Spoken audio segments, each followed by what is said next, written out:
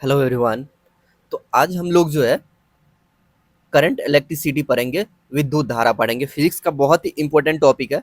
आपके सारे एग्जाम में कहीं ना कहीं इससे एक से दो क्वेश्चन जरूर आते हैं, चाहे आपने बीपीएससी दिया हुआ हो। बीपीएससी 69 दिया था जिसमें पूछा गया था करंट डेंसिटी क्या होता है, वो स्केलर क्वांटिटी है या वेक्टर क्वांटिटी है, सादिश राशि है या अदिश राशि है।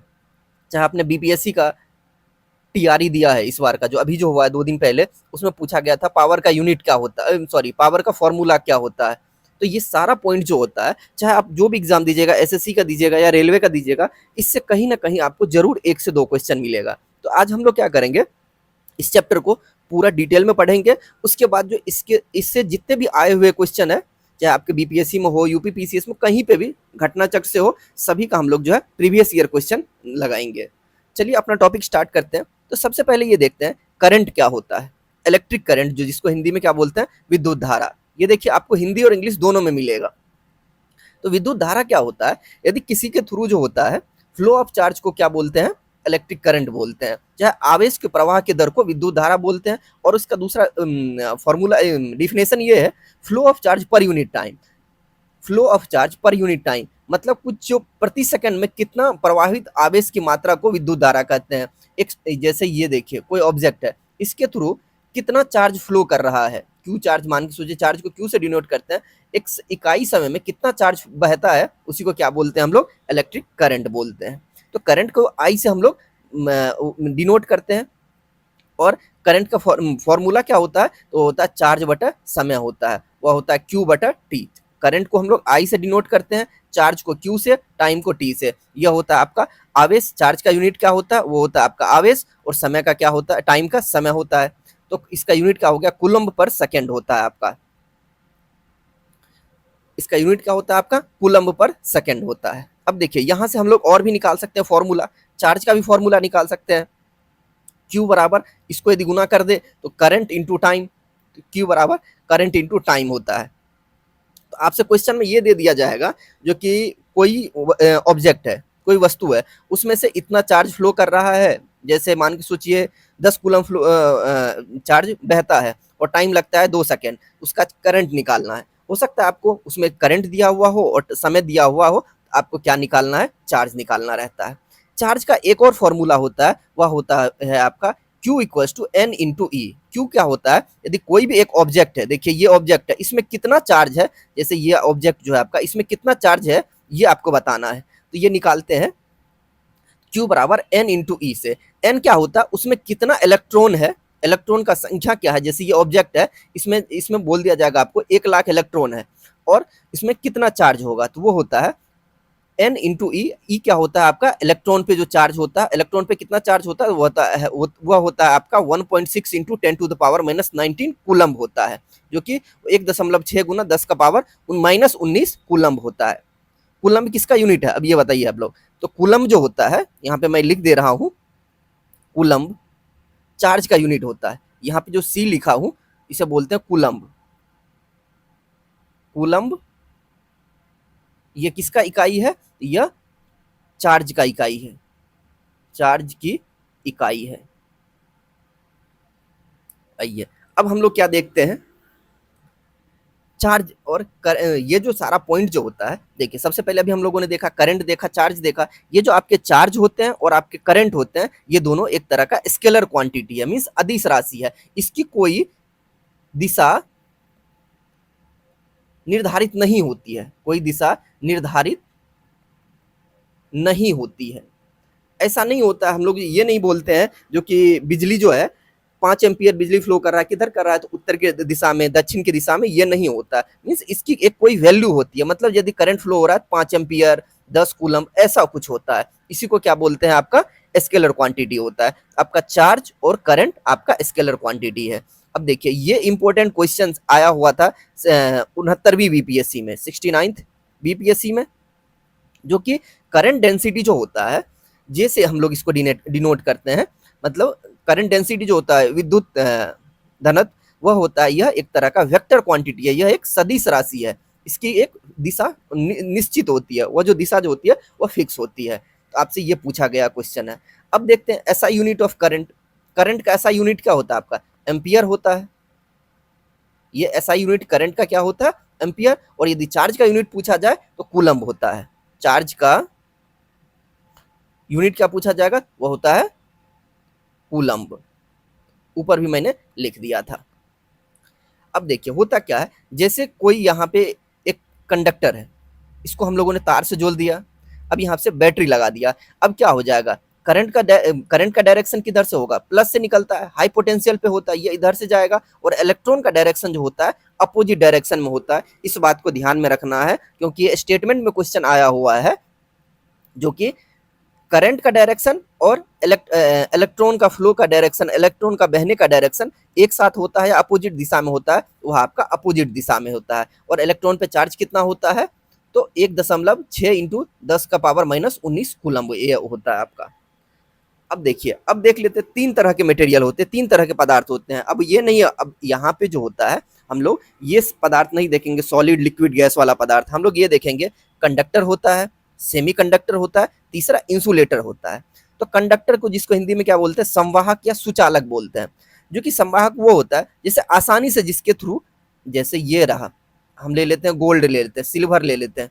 सिल्वर जो होता है इसके थ्रू यदि करंट हम लोग जो लगाएंगे, आसानी से इससे बहता है, उसी को क्या बोलते हैं? कंडक्टर बोलते हैं। इसके एग्जाम्पल क्या आ जाएगा? सिल्वर आ जाएगा आपका, गोल्ड आ जाएगा, आयरन आ जाएगा,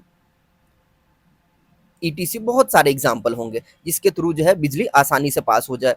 फिर दूसरा आपका होता है सेमी कंडक्टर, जिसे बोलते हैं अर्धचालक।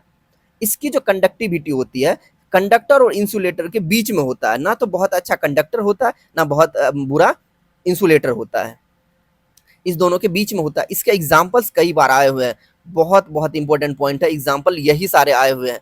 तो कार्बन कौन से हैं आपका भैया? कार्बन इसका एग्जाम्पल हो गया, सिलिकॉन हो गया, जर्मेनियम हो गया, बोरॉन हो गया, एंटीमनी हो गया। कौन सा? एंटीमनी। बिस्मिथ होता है आपका, बिस्मिथ। ये सारे एग्जाम्पल, ये 5-6 जो जितने एग्जाम्पल मैंने लिखा है, इस एग्जाम्पल को आप लोग अच्छे से याद कर लीजिएगा, इससे क्वेश्चन पूछा जाएगा। आपको 4 ऑप्शन दे दिया जाएगा और उसमें आया हुआ है इसमें से कौन जो है आपका सेमीकंडक्टर है। इंसुलेटर क्या होते हैं? जिसके द्वारा बिजली का फ्लो नहीं होता है। जैसे एग्जाम्पल क्या आ जाएगा? प्लास्टिक हो जाएगा। प्लास्टिक में आपने देखा है कभी बिजली फ्लो करता है? नहीं। आपका लकड़ी हो जाएगा, वुड वगैरह हो जाएगा। इसीलिए जो होता है प्लास्टिक, जब वायर जो खरीदते हैं, आपने ऊपर में देखा होगा प्लास्टिक का कोटिंग करते हैं। अब जब आप यदि उस वायर को टच करते हैं तो उसके बाद बिजली नहीं लगता है। कारण क्या है? क्योंकि करंट नहीं लगने का उसके पीछे का रीजन ये है, वो उसके थ्रू करंट का फ्लो नहीं होता है। तो अभी तक हम लोगों ने क्या देखा? करंट देखा, चार्ज देखा, उसके सारे के एक यूनिट देखे, यहाँ से जो क्वेश्चन आए हुए थे, और ये कौन स्केलर क्वांटिटी कहलाता है, कौन वेक्टर क्वांटिटी कहलाता है। अपना फिर अगला है इलेक्ट्रिक रेसिस्टेंस क्या होता है, जिसको हिंदी में बोलते हैं विद्युत प्रतिरोध, और इसको हम लोग आर से लिखते हैं। देखिए बहुत ही सिंपल तरीके से हम लोग पढ़ेंगे, बहुत हाई फाई करके नहीं पढ़ेंगे, बट टफ करके। तो सिंपल ये देखते हैं जो कि इलेक्ट्रिक रेसिस्टेंस क्या होता है, विद्युत प्रतिरोध, जिसको हम लोग आर से लिखते हैं। विद्युत प्रतिरोध क्या होता है? जैसे ये हमारा वायर था, एक वायर है, इसके द्वारा क्या हो जाएगा? करंट जो है बहेगा, इधर से करंट निकलेगा। जब करंट निकलेगा तो इसके अंदर में क्या है? बहुत सारे इलेक्ट्रॉन होते हैं, पार्टिकल्स होते हैं। वो क्या करेगा? इसको रोकेगा। अब यहाँ पे देखिए, यहाँ पे यदि आपको इस रास्ते से बोला जाए जाने को, आप आराम से चले जाइएगा। लेकिन इस रास्ते में जाने में क्या हो जाएगा? आपको दिक्कत होगा। यहाँ पे ये चिपका हुआ है, ये छोटा है रास्ता। क्यों? क्योंकि इसमें जो है ज्यादा रेसिस्टेंस है, ज्यादा प्रतिरोधक क्षमता है, और इसमें प्रतिरोधक क्षमता कम होता है। इसमें हो क्या गया? जैसे यहाँ पे देखिए होता क्या है, ये कोई, जैसे हम लोगों ने कोई एक ऑब्जेक्ट लिया, इसके अंदर तो इलेक्ट्रॉन है। जो भी कोई भी ऑब्जेक्ट जो है, चाहे सॉलिड हो या लिक्विड हो, इसके अंदर में इलेक्ट्रॉन, प्रोटॉन, न्यूट्रॉन रहेगा। कोई भी पार्टिकल हो, इलेक्ट्रॉन रहते हैं, इलेक्ट्रॉन इस तरीके से फ्री रहते हैं। अब यहाँ से क्या करेंगे? जैसे हम लोगों ने ये बल्ब लिया, अब हम लोग इसे क्या करेंगे? करंट से लगा, सॉरी बैटरी से लगा दिए, इधर से करंट फ्लो करेगा। तो अब जब करंट जो जाएगा तो यहाँ पे इलेक्ट्रॉन क्या करेगा? इससे टकराएगा। इस वजह से क्या हो जाएगा? यह रेसिस्टेंस का काम करता है, इसी को रेसिस्टेंस बोला जाता है। मीन्स यहाँ पे करंट जो बह रहा था, इसको जो है ये इलेक्ट्रॉन जो है इसको आगे बहने में रोकता है, अवरोध प्रोवाइड करता है। अब देखते हैं, आइए, रेसिस्टेंस का फॉर्मूला क्या होता है, डिफिनेशन क्या? The obstruction offered to the flow of the current by the wire. यदि कोई एक वायर है, एक कोई तार था, इसके द्वारा तो करंट फ्लो करेगा, यदि हम लोग बैटरी से लगाएंगे, उसके अंदर में जो इलेक्ट्रॉन होते हैं वायर के अंदर में, ये क्या करेगा, इसे रोकेगा बहने से, उसी को रेसिस्टेंस बोलते हैं। किसी चालक में विद्युत धारा के प्रभावित होने पर चालक के परमाणुओं द्वारा उत्पन्न किए गए व्यवधान को प्रतिरोधक बोलते हैं।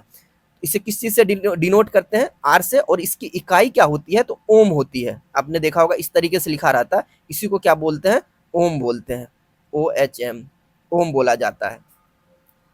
The ability of the material to slow the stop the flow of the current, यहीं पे लिखा हुआ है। इसमें क्या हो गया, देखिए ये जो है आपका ये पार्टिकल है, जैसे एक वायर लिया, इस वायर के अंदर में इतने सारे इलेक्ट्रॉन है, अब यहाँ से क्या होगा, करंट जो है इजीली फ्लो हो जाएगा, इजीली बह जाएगा, लेकिन इसमें क्या हो जाएगा, इजीली नहीं बहेगा, इसमें रेसिस्टेंस ज़्यादा होगा और आपका इसमें रेसिस्टेंस कम हो जाता है। अब देखिए हम लोगों ने क्या पढ़ा, रेसिस्टेंस पढ़ा, अब देखते हैं कंडक्टेंस क्या होता है। कंडक्टेंस का मीनिंग होता है चालकता, चालकता जिसको हम लोग जी से लिखते हैं, और वह क्या होता है आपका रेसिस्टेंस का उल्टा होता है। अभी देख रहे हैं जी से डिनोट करते हैं और रेसिस्टेंस का उल्टा लिखा, तो इसका इकाई भी क्या हो जाएगा, इकाई इसकी इसकी जो इकाई है वो भी उल्टी हो जाएगी, तो ओम उल्टा हो जाएगा, ओम इनवर्स जो कि 1/ओम होते हैं, यदि उसको लिखे ऊपर ले जाए तो ओम बटा -1 हो जाएगा। अब देखते हैं आपका हम लोग ओम्स लॉ, ये बहुत ही इंपॉर्टेंट पॉइंट है, बहुत बार क्वेश्चन आया हुआ है आपका। ओम्स लॉ क्या होता है, the voltage across a conductor is directly proportional to the current flowing through it. मतलब हिंदी में बता रहा हूँ, चालक के सिरे पर लगाया गया विभवांतर उसमें प्रवाहित धारा के अनुक्रमानुपाती होता है। मतलब ये बोल रहा है, जैसे यहाँ पे एग्जाम्पल से देखते हैं, कोई एक वायर है, इसको जो हम लोगों ने क्या किया, एक बैटरी से लगाया, इसके जो जितनी वोल्टेज रहेगा, ये जो V से देखो, वोल्टेज इसको बोलते हैं, इलेक्ट्रिक पोटेंशियल या वोल्टेज बोलते हैं, ये जो वोल्टेज जितना ज़्यादा रहेगा करंट उतना ज़्यादा बहेगा, ये आप लोग भी जानते हैं। यदि बैटरी ज़्यादा छोटी बैटरी लगाते हैं तो कम करंट फ्लो करता है, यदि बैटरी और बड़ी कर देंगे तो करंट और ज़्यादा बहेगा, तो वही लिखा हुआ है। तो करंट जो होगा, सॉरी वोल्टेज जो होगा करंट पे डिपेंड, ये करंट जो है आपका वोल्टेज पे डिपेंड करेगा, वोल्टेज को बढ़ाएंगे करंट भी बढ़ेगा, छोटी बैटरी लगाएंगे करंट कम हो जाएगा, और बड़ी बैटरी लगाएंगे और ज़्यादा करंट फ्लो होगा, तो ये होता है। अब ये V is directly proportional to I का लिखा, अब यहाँ पे इस प्रोपोर्शनल साइन को हटाएंगे, एक कांस्टेंट लेते हैं R लेते हैं, वह कौन सा R होता है, तो वह रेसिस्टेंस होता है इस कंडक्टर का, इसी वायर का जो रेसिस्टेंस होता है वो होता है। तो आपका फॉर्मूला आता है V equals to IR, V क्या हो गया आपका पोटेंशियल होता है, और I क्या हो गया करंट हो गया, R क्या हो गया आपका रेसिस्टेंस प्रतिरोधकता हो गई। तो आपका यही फॉर्मूला आता है, जो कि ओम्स लॉ से कौन सा हम लोगों को फॉर्मूला मिलता है, तो वो मिलता है V इक्वल्स टू IR से मिलता है। अब इसके लिए एक ग्राफ बनाया जाता है, देखिए एक ये हो गया आपका कौन सा axis, V equals to IR, ये क्या है एक्स एक्सिस, ये हो गया वाई एक्सिस, तो यहाँ पे एक ग्राफ हम लोगों ने बनाया है, इधर एक्स एक्सिस पे हम लोगों ने क्या लिया, करंट लिया, इधर देखिए करंट, और वाई एक्सिस पे क्या वोल्टेज है। तो इसका जो स्लोप जो होता है, इसका ये क्या हो गया आपका स्लोप हो गया, इसका स्लोप हमें क्या देता है, वो आपको क्या देता है, तो वह होता है आपका रेसिस्टेंस होता है, प्रतिरोधकता होता है। यूनिट ऑफ रेसिस्टेंस ओम होता है, प्रतिरोधक की मात्रा क्या है, ओम है। अब हम लोग ये देखते हैं इस ग्राफ से क्वेश्चन कैसा आ सकता है। देखो वोल्टेज इधर दिया हुआ है, करंट दिया हुआ है, आपको ये वोल्टेज करंट का वैल्यू दे देगा और वोल्टेज का वैल्यू दे देगा, और आपसे पूछेगा आर का वैल्यू निकालने के लिए। तो देखिए यदि कोई भी ग्राफ रहता है तो हम लोग उसको किस तरीके से निकालते हैं, टेन थीटा से। टेन थीटा का वैल्यू क्या होता है, परपेंडिकुलर अपॉन बेस, परपेंडिकुलर खरा, इसे जो भी हिंदी में बोलते हैं, और नीचे वाले को क्या बोलते हैं, लंब बोलते हैं, जोब है। तो P क्या है, V बटा आई, V बटा आई का फॉर्मूला क्या है, R। यहाँ से हम लोग क्या निकाल सकते हैं, V equals to I R, तो R इक्वल्स टू V बटा आई हो सकता है, R इक्वल्स टू V बटा आई। देखिए इधर R रखा, ये इधर जाएगा तो R बराबर V बाई आई, तो V बाई आई ये क्या हो गया रेसिस्टेंस। अब यहाँ से हम लोगों ने निकाला R का वैल्यू V बटा आई, V का वैल्यू 100/25 है तो 4। ऐसे क्वेश्चन कई बार आए हुए हैं, आपसे पूछा गया है। अब हम लोग क्या देखते हैं, स्पेसिफिक रेसिस्टेंस या रेसिस्टिविटी। अभी हम लोगों ने ऊपर में R देखा था, अब यहाँ पे स्पेसिफिक रेसिस्टिविटी को रो से डिनोट करते हैं, किस चीज से, तो रो से डिनोट करते हैं स्पेसिफिक रेसिस्टिविटी। अब इसका ये होता क्या, the resistance R of the wire is directly proportional to the length and area of the cross section of the wire. किसी चालक का प्रतिरोध उसकी लंबाई के अनुक्रमानुपाती तथा उसके अनुप्रस्थ काट के क्षेत्रफल के व्युत्क्रमानुपाती होती है। मतलब ये बोल रहा है कोई भी वायर है, ये जो एक वायर रहा, तार लेते हैं, इसका जो रेसिस्टेंस होगा, अवरोधकता, वह लेंथ पे डिपेंड करेगा। लेंथ जितना ज्यादा होगा अवरोधकता ज्यादा होगा, और यदि एरिया जितना कम रहेगा उसकी अवरोधकता ज्यादा रहेगी। अब इसको समझते हैं कैसे, वो ऐसे समझते हैं, जैसे अरे इसमें तो नहीं दिख रहा है, ऐसे लेते हैं। जैसे एक वायर है, पतली वायर है, अभी आप देखो इसमें जैसे क्या बोलूं, 100 इलेक्ट्रॉन है, मान लीजिए अब यहाँ पे 100 इलेक्ट्रॉन है।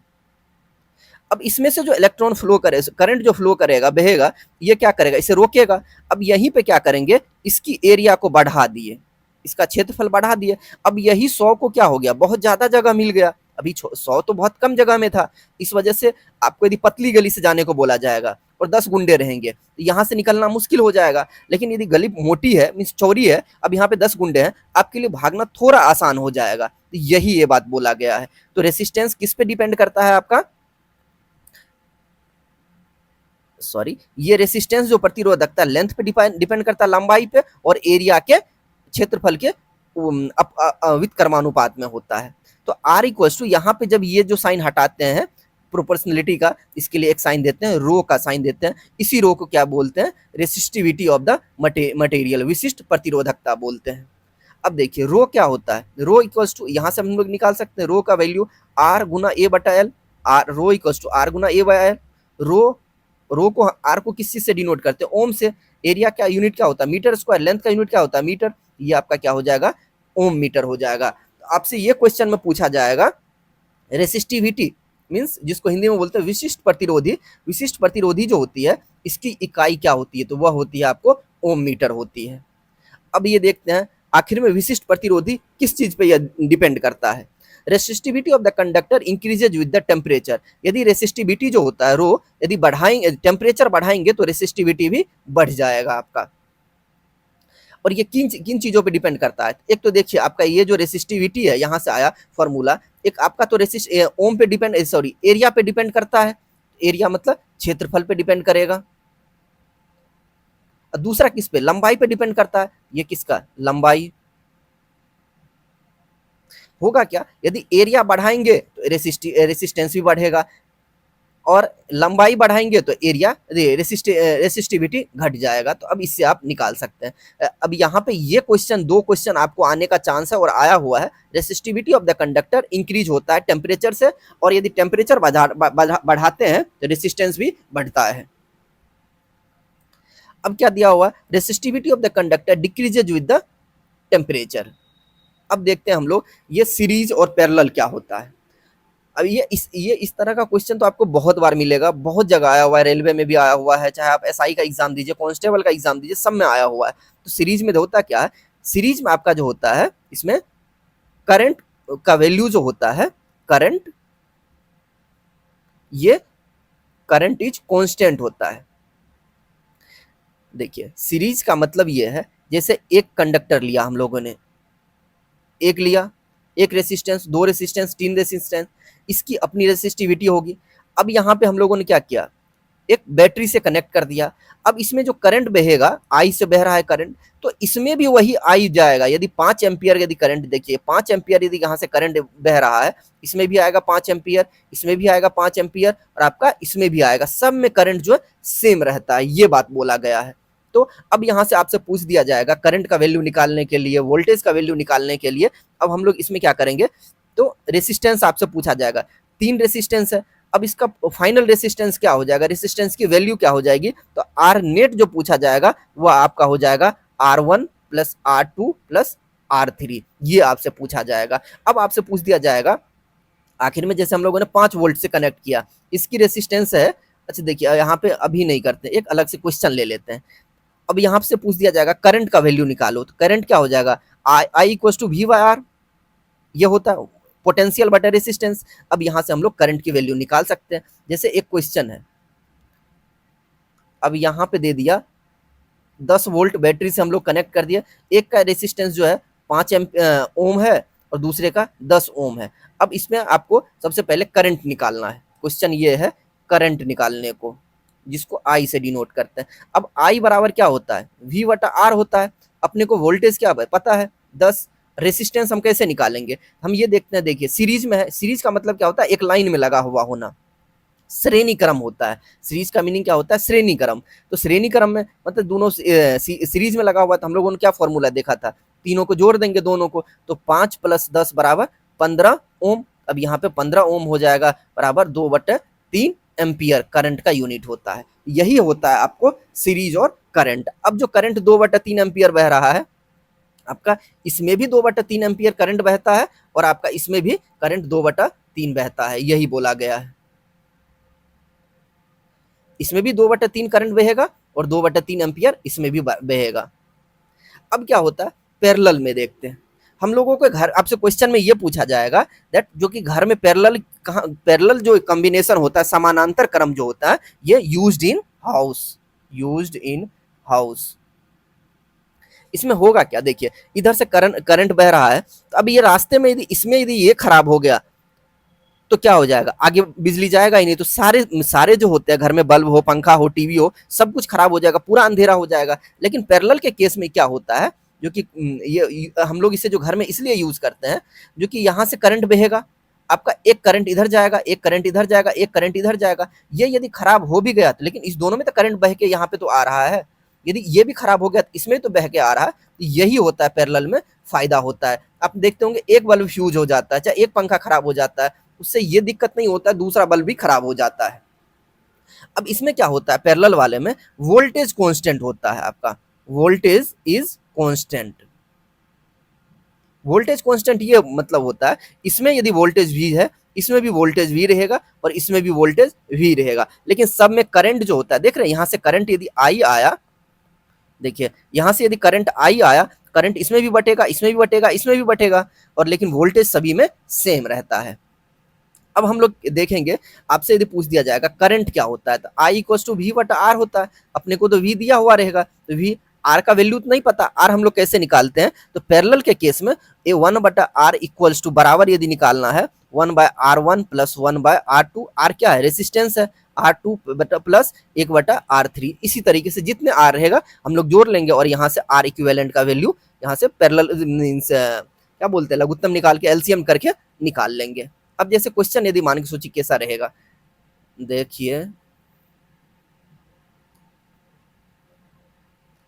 आपका क्वेश्चन इस तरीके से रहेगा, जैसे ये बैटरी है, 10 वोल्ट से लगा दिए, अब 5 एमपी ये आपका 5 ओम रहा, यहाँ पे 10 ओम रहा और यहाँ पे 5 ओम रहा। अब आपसे पूछेगा जो कि आर इक्विवेलेंट निकालने के लिए, आर मतलब फाइनल आर का वैल्यू क्या हो जाएगा, तो आर इक्विवेलेंट कितना हो जाएगा, 1/R इक्विवेलेंट बराबर 1/R1 + 1/R2 + 1/R3। तो 1/R इक्विवेलेंट क्या हो जाएगा, 1/R1 5 + 1/10 + 1/5, इसका लघुत्तम कितना आ जाएगा, 10 हो जाएगा, 2 + 1 + 2।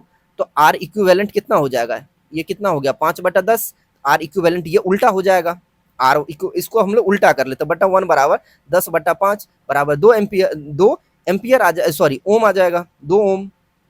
तो अपने का ये करंट, ये आपका आर आ गया। अब आपसे करंट पूछा जाएगा, I = V/R होता है, V कितना है 10 और R कितना है 2, तो 5 एम्पियर करंट यहाँ से बह रहा है, 5 एम्पियर। लेकिन इधर जो करंट बढ़ जाएगा, इधर भी करंट बढ़ जाएगा, इधर भी करंट बढ़ जाएगा, वो उतना मुश्किल आपसे नहीं पूछा जाता है।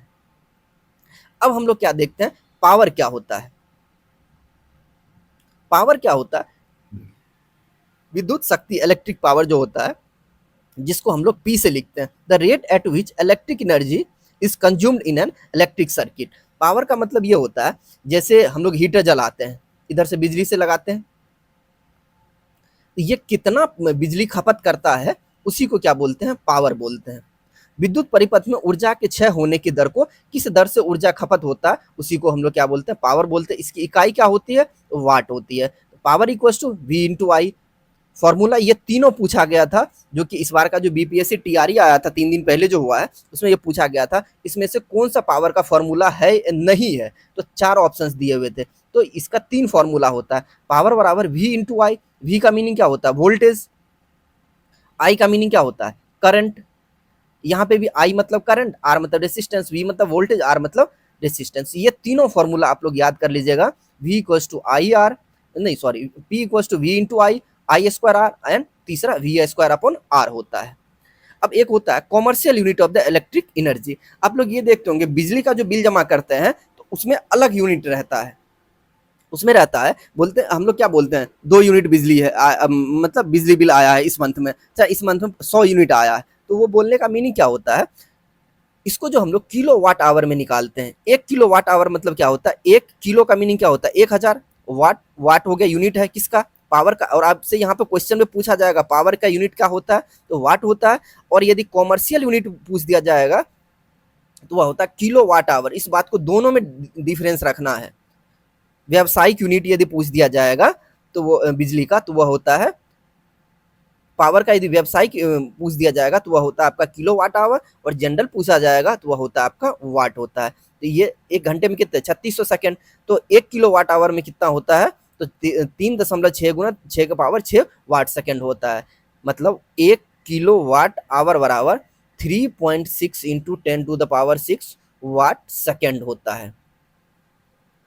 अब देखते हैं कुछ इंस्ट्रूमेंट होते हैं, जैसे आमीटर होता है, कुछ वोल्ट मीटर होता है। तो आमीटर क्या होता है, आमीटर किस चीज के लिए यूज करते हैं, instrument use to measure the magnitude of the current flowing in the circuit. यदि आपको कोई सर्किट दे दिया गया है इसमें से, अब आपसे पूछ दिया जाएगा इसमें कहाँ पे कितना करंट फ्लो हो रहा है, उसको यदि मापना है तो हम लोग आमीटर यूज करते हैं। विद्युत धारा को मापने के लिए आमीटर का प्रयोग होता है।